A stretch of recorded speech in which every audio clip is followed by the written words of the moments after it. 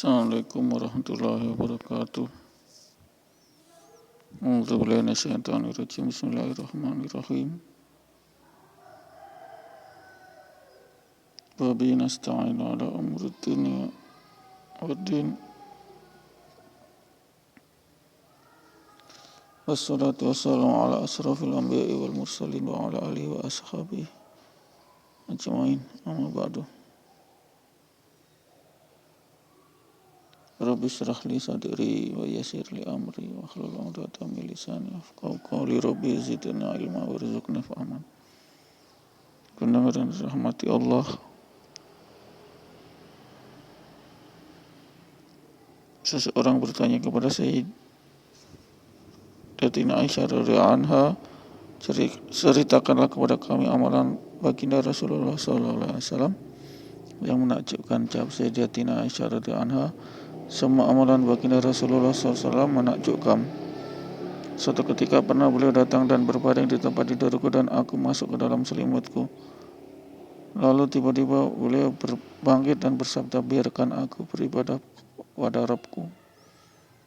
Kemudian beliau berwudu dan sholat sambil menangis sehingga air matanya mengalir membasahi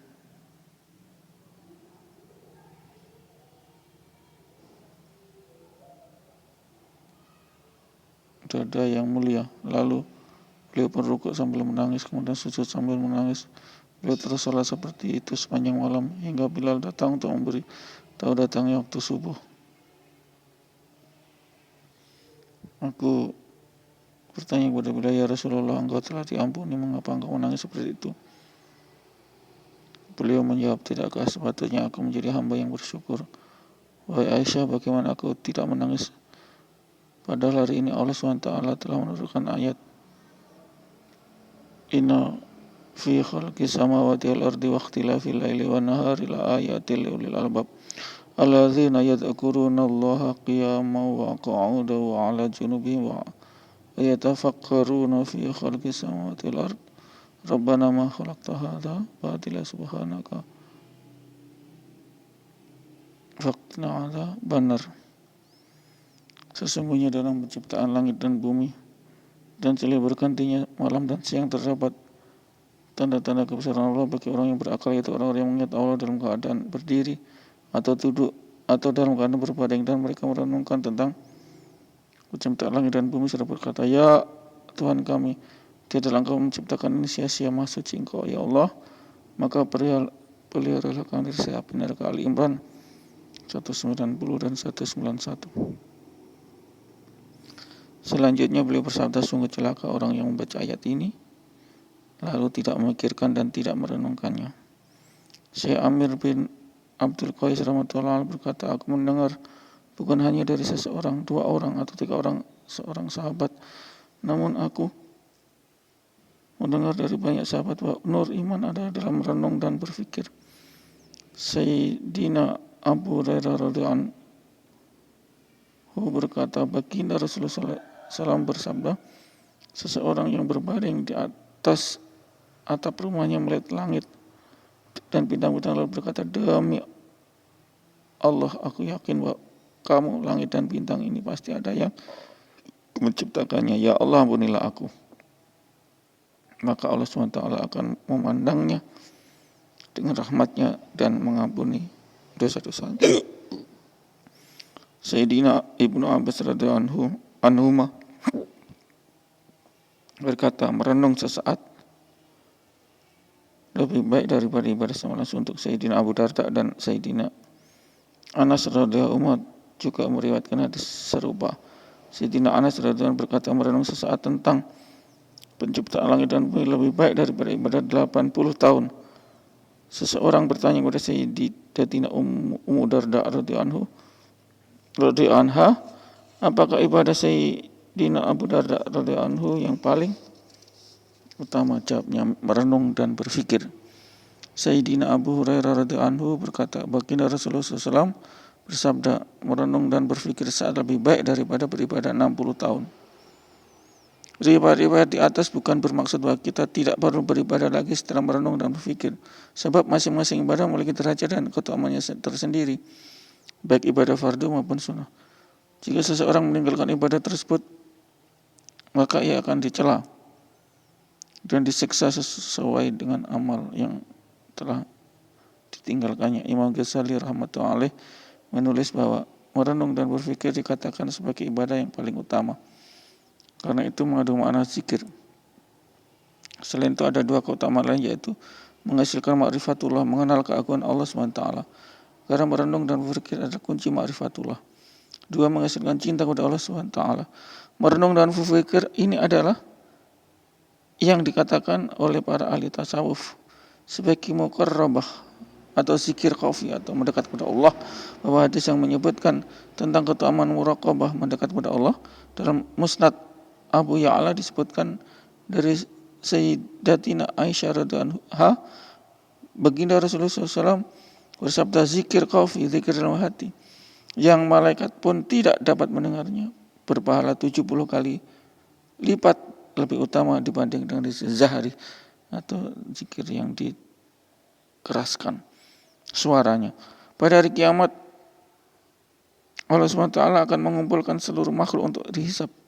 Malaikat dikiramin kadibin, itu Raqib dan Atid, akan membaca catatan amal seluruh makhluk. Allah SWT berfirman, lihatlah catatan amal si fulan, apakah ada amalannya yang tertinggal dan tidak tertulis? Malaikat menjawab, kami telah menulis seluruh amalannya dan tidak ada yang tertinggal atau yang tidak tersimpan. Allah SWT berfirman, masih ada di sisiku kebaikannya yang tidak engkau ketahui, yaitu zikir khafi atau zikir dalam hati, zikir sir dalam hati, tidak dijaharkan, tidak dikeraskan. Imam Bayhaqi rahmatullah alaih menulis dalam kitab Syu'abul Iman riwayat Sayyidatina Aisyah radhiyallahu anha bahwa zikir khafi yang malaikat pun tidak dapat mendengarnya adalah 70 kali lebih tinggi derajatnya daripada zikir yang malaikat dapat dengar, zikir jahar. Seuntaian syair menyebutkan ada isyarat-isyarat rahasia antara yang mencintai dan yang dicintai, sehingga malaikat kiraman kadibin atau Raqib Atid pun tidak mengetahui. Betapa bernasib baik orang yang sekejap pun hatinya tidak lalai dari berzikir, berfikir, merenung dan muraqabah mendekat Allah. Ia akan mendapatkan pahala tersendiri dari ibadah zahir yang dikerjakannya. Sedangkan setiap waktu yang hatinya digunakan untuk berzikir, berfikir, merenung dan muqarrabah mendekat kepada Allah selama hidupnya akan mendapatkan lipatan-lipatan pahala sebagaimana yang telah dijelaskan di atas. Itulah yang saya takuti setan. Itulah yang sangat ditakuti setan. Dari diriwayatkan bahwa Syekh Junaid rahmatullahi alaih melihat dalam mimpinya setan dalam keadaan telanjang. Ia bertanya kepada setan, apakah kamu tidak malu telanjang di depan manusia? Setan menjawab, mereka bukan manusia yang sebenarnya ialah yang sedang duduk di dalam masjid kampung Suniziyah. Mereka membuat tubuhnya kurus dan hatinya terbakar. Syekh Junaid rahmatullahi alaih berkata, aku pun pergi ke masjid kampung Suniziyah. Kulihat sekelompok orang sedang meletakkan kepala di atas lutut, sibuk muraqabah kepada Allah SWT. Ketika melihatku, mereka berkata, kamu jangan tertipu dengan ucapan syaitan. Syekh Masuki rahmatullah alaih meriwayatkan hal yang sama. Ia pernah melihat setan telanjang. Ia berkata, apa kamu tidak malu berjalan di antara manusia dengan telanjang bulat? Setan menjawab, demi Tuhan, mereka bukan manusia. Jika mereka manusia, tentu aku akan tidak dapat mempermainkan mereka seperti anak-anak mempermainkan bola. Manusia yang sesungguhnya ialah mereka yang telah membuat tubuhku sakit. Ia berkata sambil memberi isyarat ke arah para ahli tasawuf. Syekh Abu Said Al-Kharasas rahmatullahi berkata, aku melihat di dalam mimpi setan menyerangku, lalu aku memukulinya dengan kayu, tetapi anehnya setan tidak menghiraukan sama sekali. Tiba-tiba aku dengar suara gaib yang mengatakan bahwa setan tidak takut kepada kayu, tetapi setan hanya takut dengan nur hati. Dari Sayyidina Sa'ad radhiyallahu anhu, baginda Rasulullah SAW bersabda, zikir yang paling utama adalah zikir khafi atau zikir hati. Zikir yang paling utama ialah yang mencukupi, tidak terlalu kurang sehingga bisa hidup selayaknya. Sehingga tidak bisa hidup selayaknya dan tidak terlalu banyak. Sebelum menimbulkan takabur dan maksiat, Sayyidina Ubadah radhiyallahu anhu berkata, Baginda Nabi sallallahu alaihi wasallam bersabda, zikir yang paling utama adalah zikir khafi. Rezeki yang terbaik adalah zikir yang mencukupi. Hadis ini sahih menurut Imam Ibnu Hibban rahmatullahi alaih dan Imam Abu Ya'la rahmatullahi alaih. Baginda Rasulullah SAW bersabda, berzikir dengan zikir khamil. Orang-orang bertanya, apa zikir khamil? Beliau menjawab, yaitu zikir dalam hati. Riwayat di atas menerangkan bahwa keutamaan zikir khafi, zikir dalam hati. Beberapa hadis lainnya menerangkan keutamaan zikir zahar, zikir dengan suara nyaring, sehingga dikatakan gila. Sebagaimana telah dibahas sebelumnya, keduanya memiliki kelebihan dan keutamaan masing-masing menurut keadaan yang berbeda. Oleh sebab itu, para ulama pembimbing ruhani atau para mursyid sufi memilih zikir manakala yang sesuai bagi seseorang dan kapan waktu mengamalkannya. Sayyidina Abdurrahman bin Sahal bin Hunayf radhiyallahu anhu meriwayatkan ketika Baginda sallallahu alaihi wasallam berada di salah satu rumahnya, turunlah ayat yang artinya, dan sabarkanlah dirimu bersama orang-orang yang menyeru kepada Rabb-nya pada waktu pagi dan sore. Kemudian lalu beliau keluar mencari orang-orang tersebut. Maka beliau menjumpai sekumpulan orang yang sedang sibuk zikir.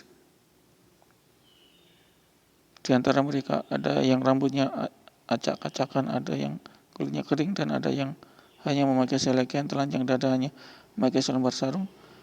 Ketika beliau melihat mereka, beliau duduk bersama mereka dan bersabda, segala puji bagi Allah SWT yang telah menciptakan di antara umatku orang-orang yang aku diperintah untuk bersabar, duduk bersama mereka. Hadis riwayat Abu Jarir Tabrani dalam kitab Tafsir Mansur. Disebutkan di dalam hadis lain bahwa baginda Nabi SAW keluar mencari orang yang dimaksud dari ayat di atas. Lalu beliau menjumpai orang sedang duduk berzikir di masjid. Bagian belakang beliau bersabda, segala puji bagi Allah yang dalam masa hidupku telah menjadikan orang-orang yang beramal seperti ini, sehingga aku diperintahkan untuk duduk bersama mereka.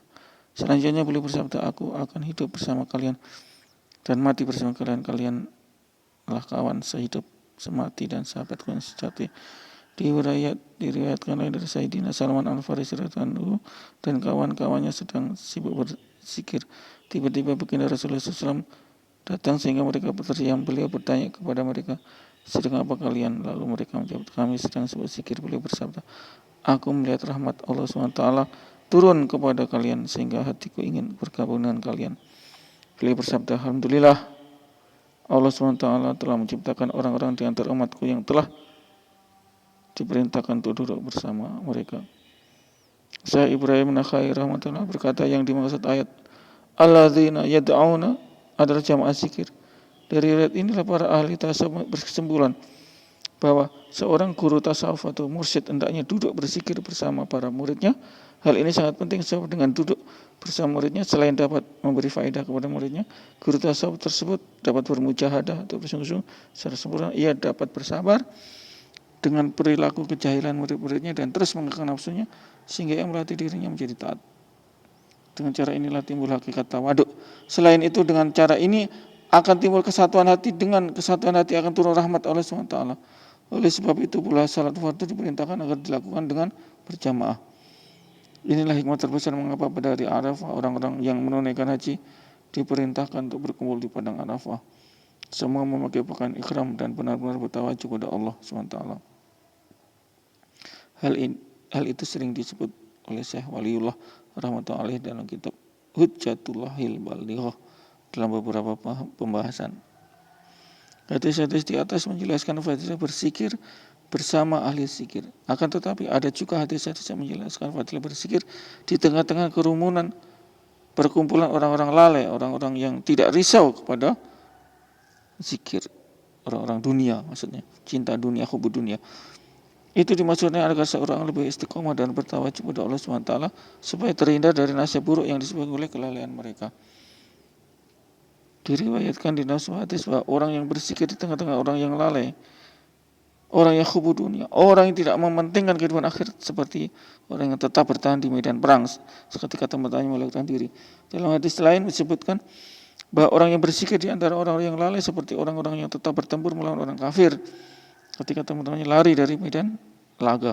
Atau lebih jelas mereka diibaratkan seperti lampu yang terang benderang di dalam rumah yang gelap gulita juga diibaratkan seperti pohon yang tumbuh hijau subur di tengah kumpulan pohon kering kerontang, tidak berbuah. Nauzubillah.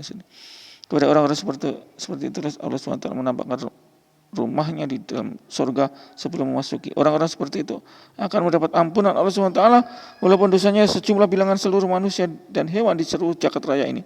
Semua pahala ini akan diberikan jika ia sibuk berzikir di tengah kumpulan orang-orang yang lalai, orang-orang yang hubud dunia, orang-orang yang tidak mementingkan akhirat, orang-orang yang mengejar dunia, orang yang dibudak dunia. Tanpa zikrullah jelas majelis seperti itu terlarang untuk diikuti. Sebuah hadis menyebutkan, jauhilah perkumpulan teman-teman lalai. Syekh Azizi rahmatullahi berkata bahwa maksud hadis tersebut adalah pertemuan-pertemuan yang di dalamnya banyak disebut selain Allah SWT sia-sia, main-main dan sendakuro.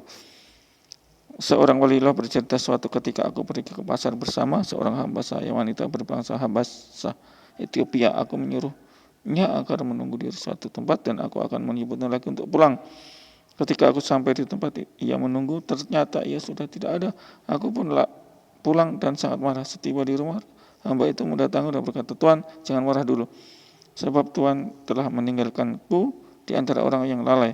Sehingga aku takut kalau azab Allah SWT turun kepada mereka. Jika mereka ditenggelamkan ke dalam bumi, aku khawatir aku ikut ditenggelamkan juga macam Qarun dan seluruh hartanya. Dari Sayyidina Abu Hurairah radhiyallahu anhu, baginda Rasulullah SAW bersabda, Allah Subhanahu wa taala berfirman, berzikirlah kepadaku sejenak setelah sholat asar dan sholat subuh. Niscaya aku akan mencukupi kalian di antara kedua waktu itu. Disebutkan dalam hadis lain, berzikirlah kepada Allah Subhanahu wa taala, maka Dia akan membantumu semua keinginanmu. Riwayat Ahmad dan dalam kitab Zurur Mansur. Demikian pendengaran rahmati Allah. Insyaallah kita niatkan niat amal dan sampaikan insyaallah. A'udzubillahi minasyaitonir rajim. Bismillahirrahmanirrahim. Subhanallah wa bihamdihi subhanakallahumma wa bihamdika asyhadu an la ilaha illa anta astaghfiruka wa atubu ilaik. Assalamualaikum warahmatullahi wabarakatuh.